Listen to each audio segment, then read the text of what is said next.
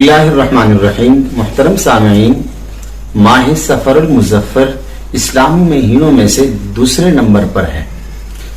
सफर का लुग़वी माना अरबी डिक्शनरी के मुताबिक सफर का माना है खाली होना। सफिरल मकानु इज़ा खला के मकानों का खाली होना। अल्लामा इब्न कसीर अलैहिर्रहमा ने लिखा है कि अहले अरब चूंकि माह मुहर्रमुल हराम में जंग और क़िताल से बाज रहते थे, लड़ाइयां नहीं करते थे, लेकिन जैसे ही मुहर्रम का महीना गुजर जाता तो लोग अपने घरों से निकल जाते और अपने घरों को खाली छोड़ देते। इसी मुनासिबत से इस महीने को सफरुल मुज़फ्फर कहा गया है। मुहतरम सामईन, अहले अरब माह सफर के हवाले से दो गलतियों में मुब्तला थे। एक गलती तो ये थी कि वो माह सफर को दीगर महीनों के साथ चेंज कर देते, तब्दील कर देते, जैसा कि कुरान हकीम में अल्लाह पाक ने फरमाया इन्नमन नसीउ ज़ियादतुन फिल कुफ्र, कि वो महीनों को आगे पीछे कर देते थे और अशहुर हुरम को भी आगे पीछे कर देते थे। और दूसरा, वो बदफाली लिया करते थे, बदशगुनी लिया करते थे।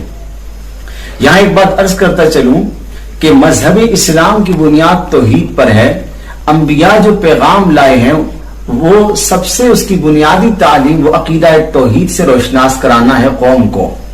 चुनांचे जब नबी करीम सल्लल्लाहु अलैहि वसल्लम अरब में तशरीफ लाए तो अहले मक्का, अहले मदीना और इसके आसपास अतराफ के लोग, बल्कि अगर आप इंसानी हिस्ट्री का मुताला करेंगे, चाइना हो, यूरोप हो, सारी दुनिया जो है वो बदशगुनी और बदफाली और वहन परस्ती की बीमारियों में मुब्तला थी।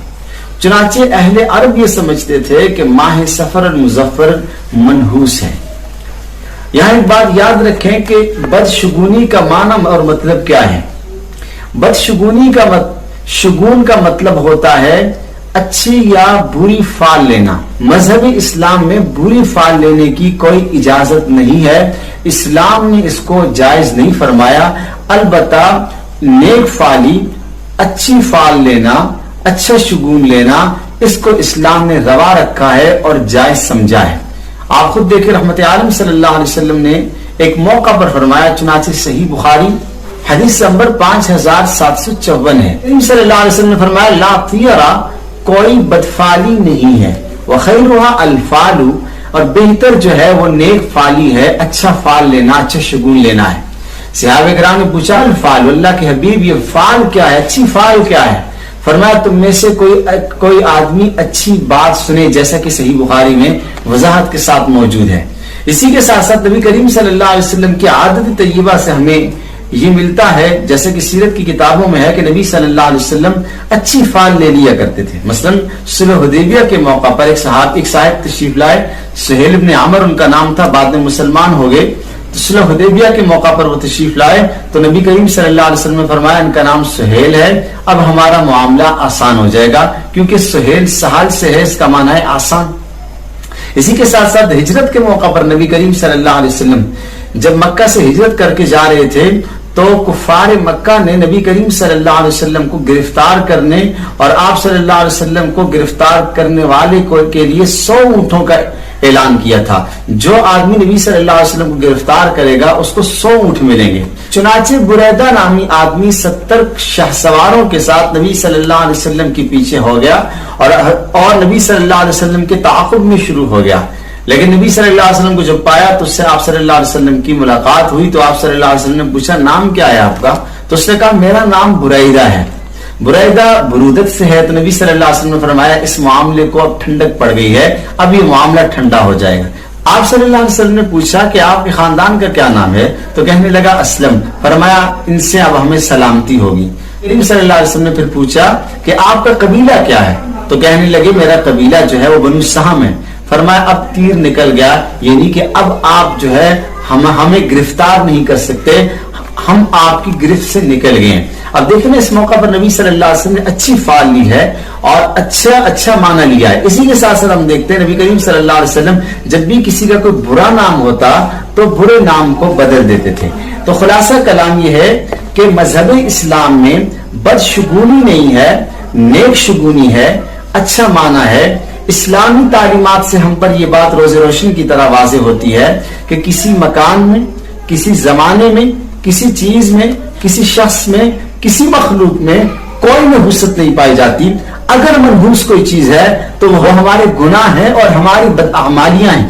ہمیں چاہیے کہ ہم گناہوں کو چھوڑیں. نبی کریم صلی اللہ علیہ وسلم جب تشریف لائے تو آپ صلی اللہ علیہ وسلم نے دیکھا کہ اہل عرب جو ہے وہ ماہ سفر کو منحوس سمجھتے ہیں. تو نبی صلی اللہ علیہ وسلم نے فرمایا لا عدوہ، یاد رکھیے ایک آدمی سے بیماری دوسرے آدمی کو اور ایک جانور سے بیماری دوسرے جانور کو نہیں لگتی، تجاوز نہیں کرتی بیماری.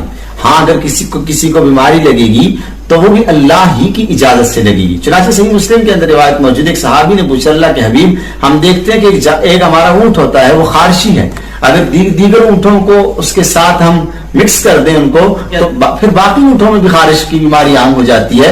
تو نبی کریم صلی اللہ علیہ وسلم نے سمجھانے کے لیے فرمایا فمن عادل اولا، مجھے یہ بتائیے کہ سب سے پہلے اونٹ کو کس نے بیمار کیا ہے، سب سے پہلے اونٹ کو بیماری کیسے لگی ہے. تو اس سے پتہ یہ چلا کہ بیماری ایک آدمی سے دوسرے آدمی کو تجاوز نہیں کرتی.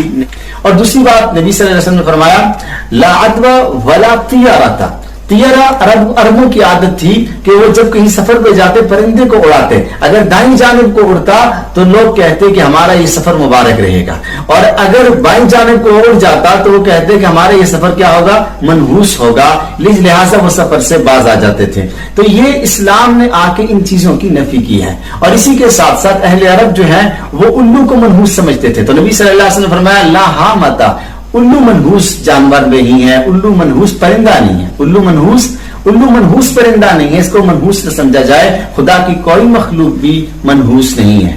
اس لیے کسی نے کیا خوب کہا، نہیں ہے کوئی چیز نکمی زمانے میں، کوئی برا نہیں قدرت کے کارخانے میں. اللہ نے جو مخلوق پیدا کی ہے اس کا کوئی نہ کوئی نفع اس دنیا میں ضرور موجود ہے. اور اسی کے ساتھ ساتھ نبی کریم صلی اللہ علیہ وسلم نے آخر میں فرمایا ولا سفر، یاد رکھیے سفر بھی منحوس نہیں ہے. اہل عرب سفر کو منحوس سمجھتے تھے، اس میں شادیاں بیان نہیں کرتے تھے اور اس میں جو ہے گھروں کی صفائی نہیں کیا کرتے تھے. یہاں تک کہ آپ نے دیکھا ہے کہ آج کی جدید دنیا میں بھی لوگ سفر کو منحوس سمجھتے ہیں. عورتیں گھروں میں صفائیاں تک نہیں کرتی اور گھبراتی ہیں کہ شاید کوئی ہم پر آفت آ پڑے گی. لوگ شادیاں نہیں کرتے اور سفر کے مہینے کی 13 تاریخ کو لوگ 13 تیزی کہتے ہیں اور لوگ سمجھتے ہیں کہ اس کے پہلے 13 دن جو ہے وہ انتہائی خطرناک اور منحوس ہے. یاد رکھیں اس طرح کی کوئی بات نہیں.